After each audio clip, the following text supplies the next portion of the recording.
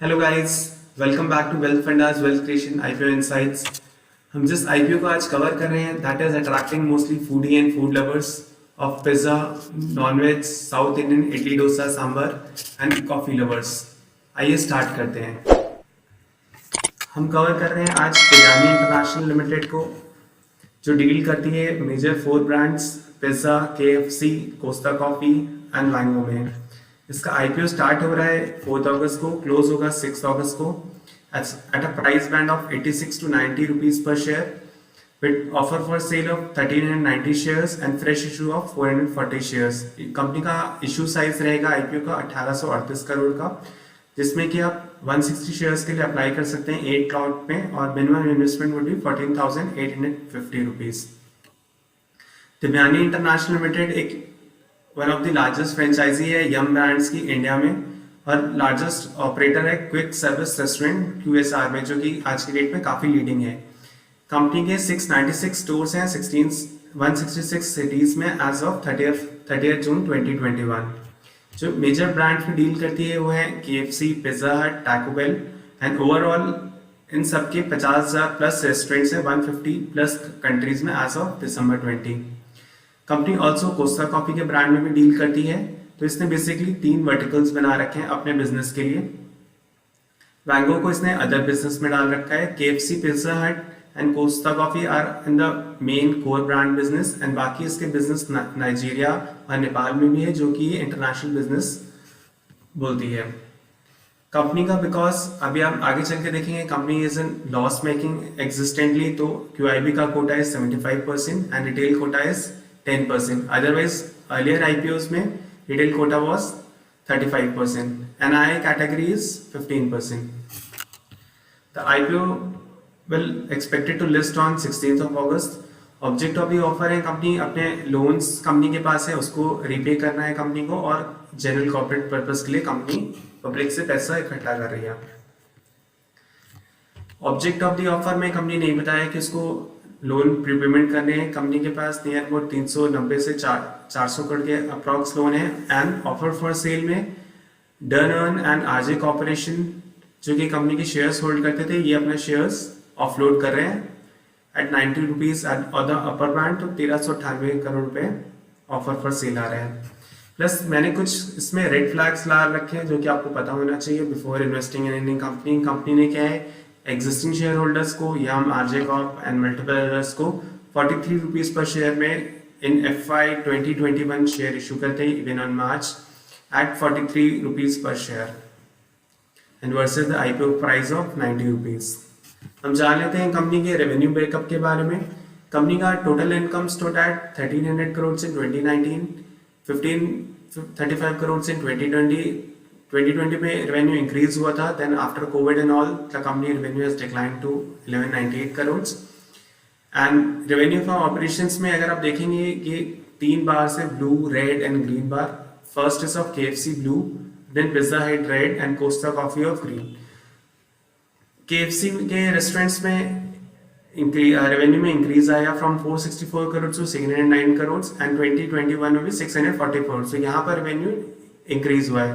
Versus Pizza Hut revenue has drop from 423 crore to 470 crore in 2020 and in 2021 to 280 crore. और significant drop आया है Costa Coffee के revenue में, because that was major dependent on sitting and dine in, तो वहां पर company का revenue में काफी ड्रॉप आया फ्रॉम 90 टू 82 करोड़ एंड 2021 में 21 करोड़ ओनली।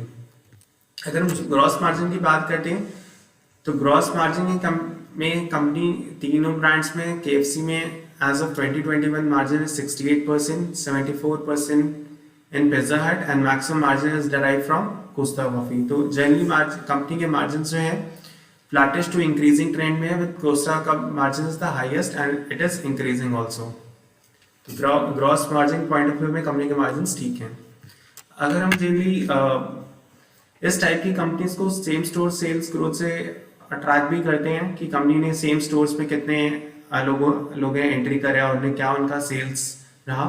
2019 में its was up trending of 4.7% in KFC, 4.7% increase in Pizza Hut and 2.7 increase in Costa. Versus जो KFC में 2020 में इंक्रीज है वर्सेस पिज्जा हट में एंड कोस्टा में there is a decline of 3.7 and 4.4%. 2021 में significant decline of 60% same store sales growth में Costa में and 33% in KFC and Pizza Hut में 30% decline. So you can see that company का because लोगों ने dine in कम करा तो यहाँ पर सिग्निफिकेंट डिक्लाइन है.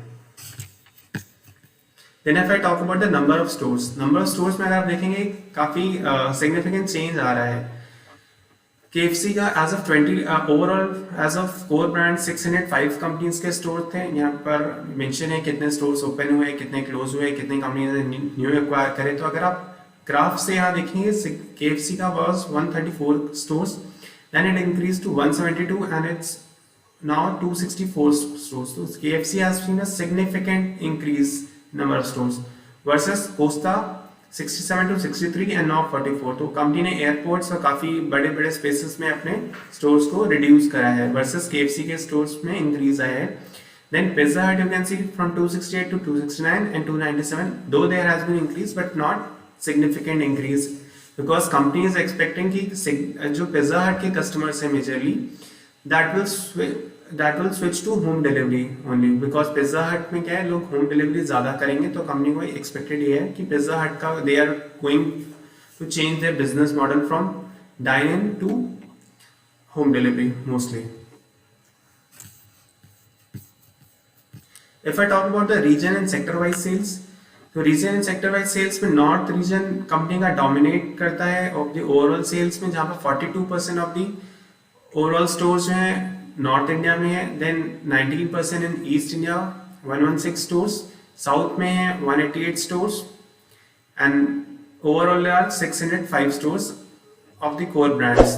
अगर आप यू रेट से that we have star mark the top 10 cities में जहां पर स्टोर है that is highlighted in red mark star mark.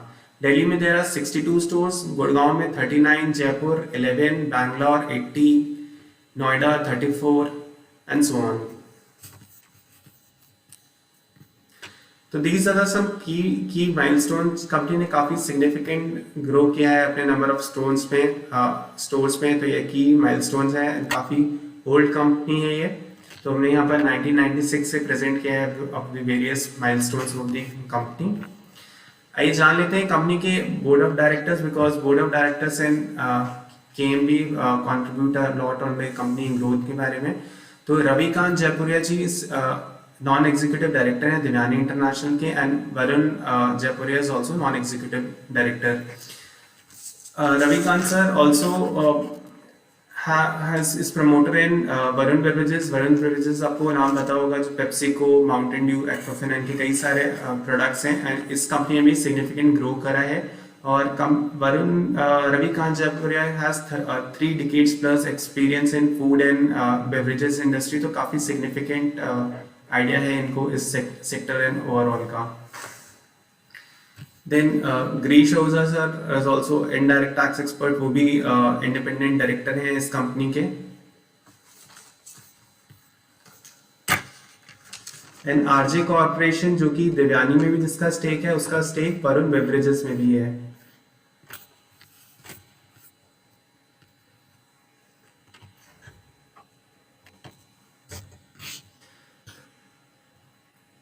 If I talk about the basic financials about the brief financials about the company, the financials में company ने equity share capital को increase करा था from 106 crores to 115 crores. 92 lakhs around company ने share issue करे थे FY 2021 में.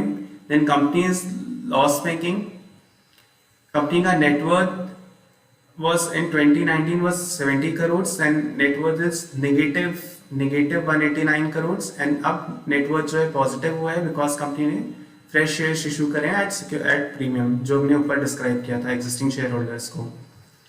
Then property plant and equipment and right to use assets, because अगर ये कैपिटल इंसेंटिव्स इंडस्ट्री काफी कैपेक्स इन्वॉल्व होता है, plus there is Ind AS 116 जो अकाउंटिंग फॉर लीजेस बोलता है कि यहाँ पर significant use of the assets company कर रही है उस लीज का. तो there was substantial change in Ind AS 116 जो अभी एप्लीकेबल हुआ है जुबिलेंट लाइफ साइंसेज और दिव्यानी इंटरनेशनल इस टाइप की कंपनी में. तो कंपनी को अपनी राइट टू यूज एसेट जो को अपनी बुक्स में रिकॉग्नाइज करना पड़ता है, जिसकी वजह से कंपनी का फाइनेंशियल एक्सपेंसेस और डेप्रिसिएशन का कॉस्ट काफ़ी ज़्यादा इंक्रीज हो गया है। बट आप देखेंगे कि right to use asset was 994 crore, then 1035 crore in 2020, अब ये डिक्लाइन हुआ है 666 करोड़ का। तो सब्सटैंशियल डिक्लाइन आया है। डिक्लाइन का रीजन ये है कंपनी ने अपने लीज एग्रीमेंट्स में रीनेगोशिएशंस कराए हैं, प्लस कुछ लीजेस जो है कैंसिल भी करी हैं टू एनहांस की कंपनी के लॉसेस ज़्यादा हो रहे थे because of fix rental cost. तो हम आगे चल के जानेंगे कि कंपनी ने क्या चेंजेस करे हैं रेंटल्स को सेव करने के लिए, और प्लस कंपनी ने क्या किया स्टोर साइज को भी रिड्यूस करा है, जिसकी वजह से यहाँ पर इसमें राइट टू एसेट्स में आपको डिक्लाइन आ रहा होगा। Plus overall assets were 1807 crore in 2019 and 1883 crores, and after that it has declined to 1668 crores. Company का borrowings is 380 crores to 400 crores rupees approx। तो अगर मैं अभी डेट इक्विटी रेशियो देखता हूँ तो काफ़ी ज़्यादा है वर्सेस मेरा नेटवर्थ 100 करोड़ और डेट 400 करोड़, तो काफ़ी सिग्निफिकेंट डेट है अभी कंपनी के पास। Then lease liability on corresponding to right to assets, हमारे लीज लाइबिलिटी में भी डिक्लाइन आया है। तो जहां पर कंपनी का लीज लाइबिलिटी 1234 करोड़ था, फिर 1288 करोड़ इन 2020, अब ये एज ऑफ 31 मार्च 2021 872 करोड़ रुपए। कंपनी के फाइनेंशियल्स में अगर देखोगे टोटल इनकम में भी डिक्लाइन आया है due to Covid and all. From 1323 crore in 2021 it has increase to 1535 crore, और अभी टोटल इनकम ये है 1198 करोड़ में डिप आया है कंपनी की। Then company is posting losses, losses हैं तो हमने यहाँ पर रेड फ्लैग लगा रखा है कंपनी का, जहाँ पर 121 करोड़ रुपए का लॉस था 31 मार्च 20 में, वहां पर कंपनी का लॉस है बट इसमें डिक्लाइन आया है। Now it is 55 crore rupees loss. Basic earnings पर शेयर में, जहां बाकी अगर आपने देखे होंगे पुराने आईपीओस में कुछ कंपनीज प्रॉफिट्स में थी, वहां पर अर्निंग्स पर शेयर बेसिक ईपीएस में पॉजिटिव फिगर था, यहाँ पर कंपनी 0.5% का निगेटिव फिगर है। On EBITDA point of view, I can say that on EBITDA level it's still positive। Company ने EBITDA 226 करोड़ का पोस्ट किया है वर्सेस 255 करोड़, और EBITDA मार्जिन में भी फ्रॉम लास्ट ईयर 16.85% कंपनी में EBITDA में इंक्रीज आया 20% का। तो on ग्रॉस प्रॉफिट मार्जिन है EBITDA मार्जिन, इफ आई से the company is posting in profits, but on overall after adjusting जहाँ कंपनी का डेप्रिसिएशन और कंपनी का फाइनेंशियल एक्सपेंस इंटरेस्ट कॉस्ट काफ़ी ज़्यादा है और एडवर्टाइजमेंट, उन सब की वजह से company overall as a loss अभी रिपोर्ट कर रही है। फाइनेंशियल पॉइंट ऑफ व्यू में से अगर आप देखेंगे, फिर अभी explain in chart wise, from 38 crore to 1535 crore, now the revenue has decline and profit 79 crores to 121 crores, and now the profit is 55। and if I talk about the PAT margin, earlier it was -6% margin, then -7, now it's -4।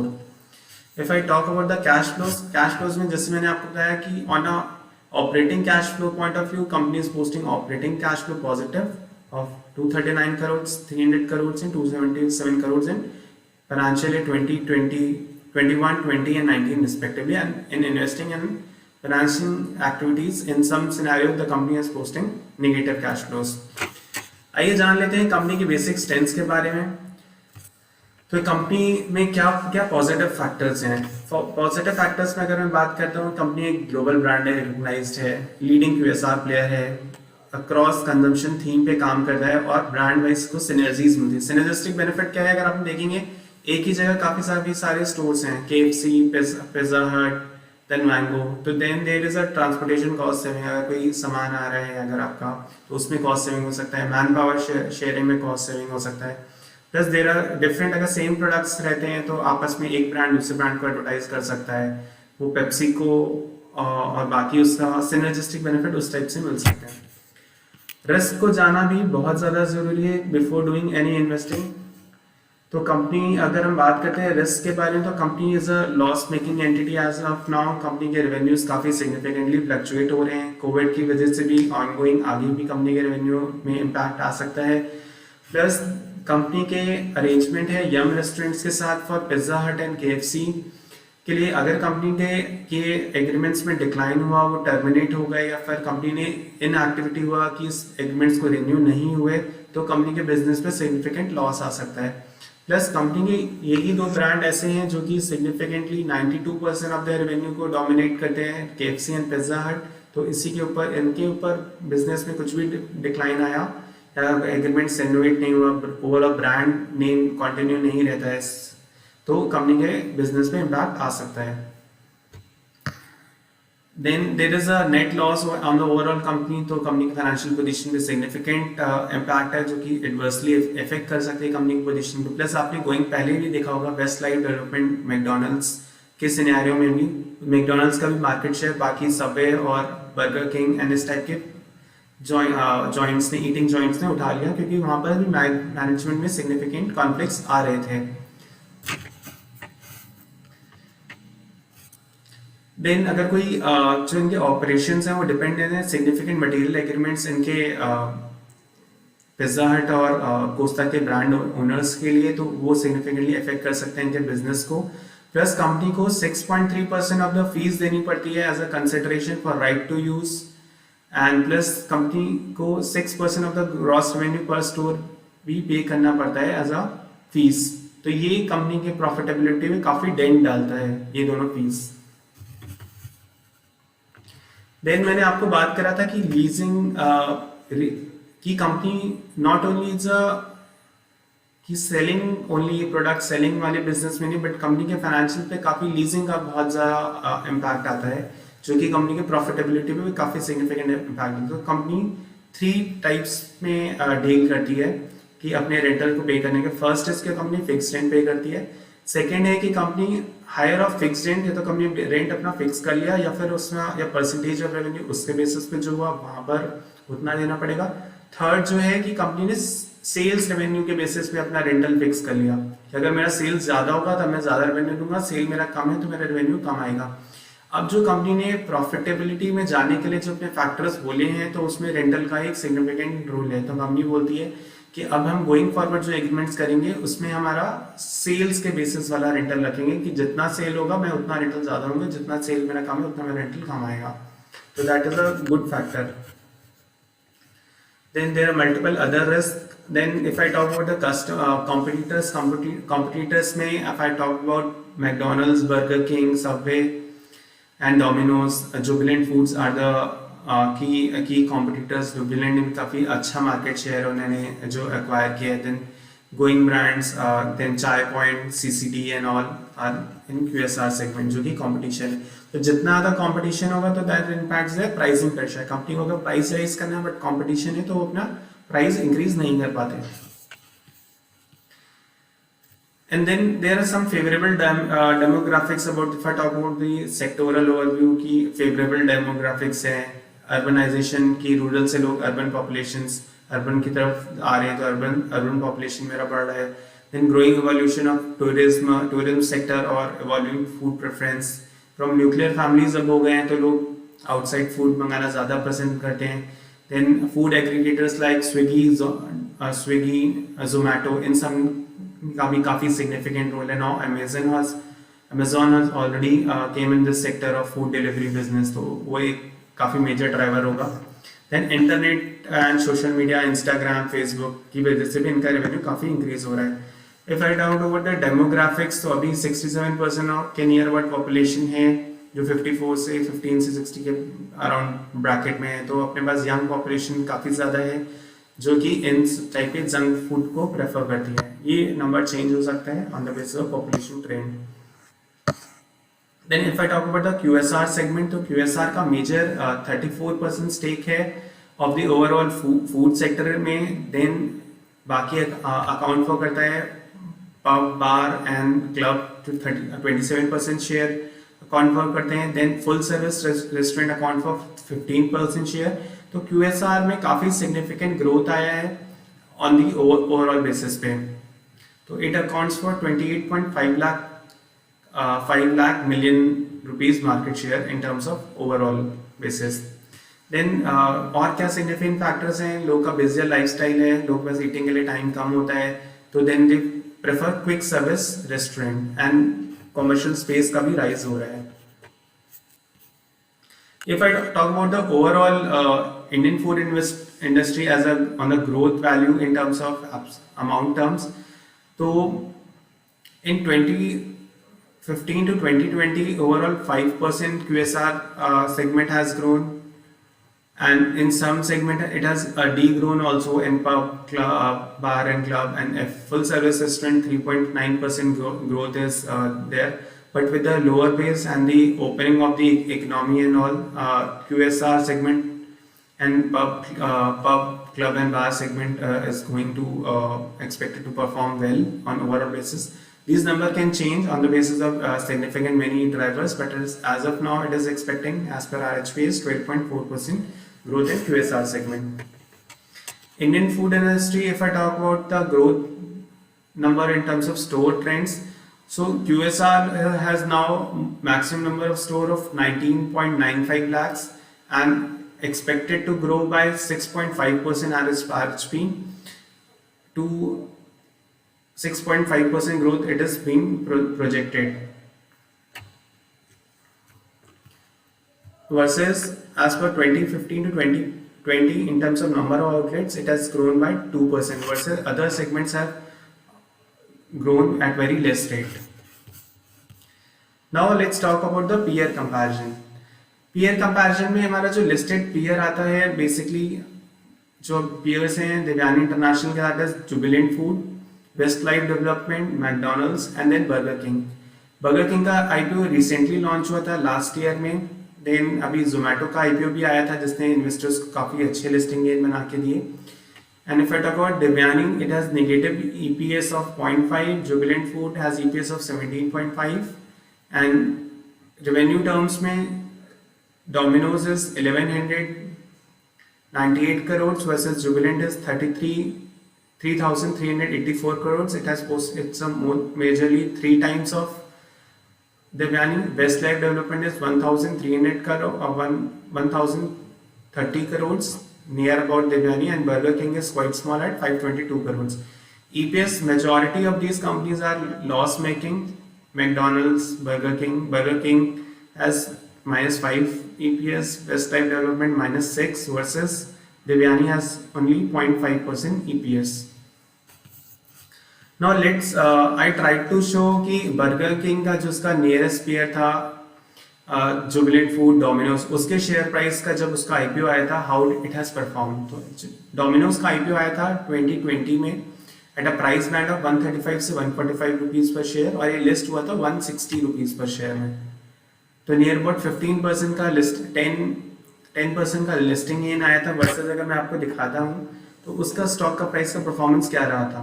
Open हुआ था 160 में on 8 Feb 2010, high गया था ये 240.90, and VWAP is weighted volume weighted average price is 205 and closing price was 229. तो IPO के comparison में significantly substantial growth हुआ है 50-60% का. और अगर हम लास्ट 10 ईयर्स का स्टॉक का परफॉर्मेंस देखते हैं तो it has boom, created wealth for many of the investors. It's not a buy or sell recommendation for a Jubilant Food. It's just a illustration ki how some companies, profitable companies, can create wealth for investors in long term.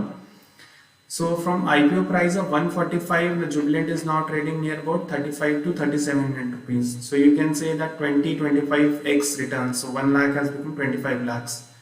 I'm again saying it's not a buy or sell recommendation, just for illustration ki how some companies, growth companies, can make returns for the investors. So if you say about the revenue terms, if I talk about from FY20 जब इसका IPO आया था 2011 में 2010 के आसपास, तो 424 करोड़ का revenue था कंपनी का. प्रॉफिट आफ्टर टैक्स 33 करोड़ का था और अर्निंग्स कंपनी का 5.4 करोड़ का था. EPS of 5.4. तो वर्सेस अगर मैं अभी का बात करूँ, जुबिलेंट फूड का लॉस मेकिंग कंपनी है, पैट लेवल पे इसका लॉस है और EPS भी नेगेटिव है. वर्सेस जुबिलेंट जब आया था प्रॉफिट मेकिंग का, और इसके नंबर्स आप देखें कितना सिग्निफिकेंटली ग्रोथ आया है. और ऑलमोस्ट 8x रेवेन्यूज में ग्रोथ हो चुके हैं. 10x 8 to 10x के आसपास रेवेन्यू ग्रोथ दिख रहा है आपको. 424 करोड़ से हुआ 678, देन 1025, 1400, 1700, 2100, 2400, 2500, एंड FY20 में इसका रेवेन्यू था 4000 करोड़ का. एंड देन इट इज 3385 जब कोविड के अराउंड डिप आया था. अब एक green bars are revenue 424 crore, 678, highest side में इसका रेवेन्यू पहुंच गया 4000 करोड़ का, जो कि बहुत सिग्निफिकेंट ग्रोथ है. वर्सेस नेट इनकम में बात करते हो, net income has grown near about 8 times, near about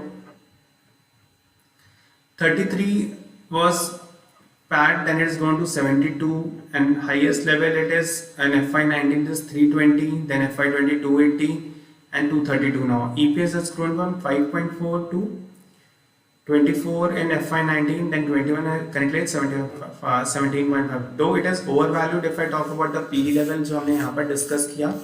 At a PE it is trading at substantially high PE of 179, जो कि 17 रुपीज के EPS के बेसिस पे कैलकुलेट हुआ है. And if I talk about the growth trends and all of this Devyani International Limited, तो अगर हम बाकी के IPOs को देखते हैं, Zomato, then Burger King and all, तो कंपनी इंडियन मार्केट्स ने क्या है, जो भी नेगेटिव प्रॉफिट वाली कंपनी को भी now it is becoming more mature, तो लॉस मेकिंग कंपनीज के IPOs को भी अब्जॉर्व करना स्टार्ट कर दिया है, बिकॉज दे सी कि इस सेक्टर्स में सिग्निफिकेंट ग्रोथ है.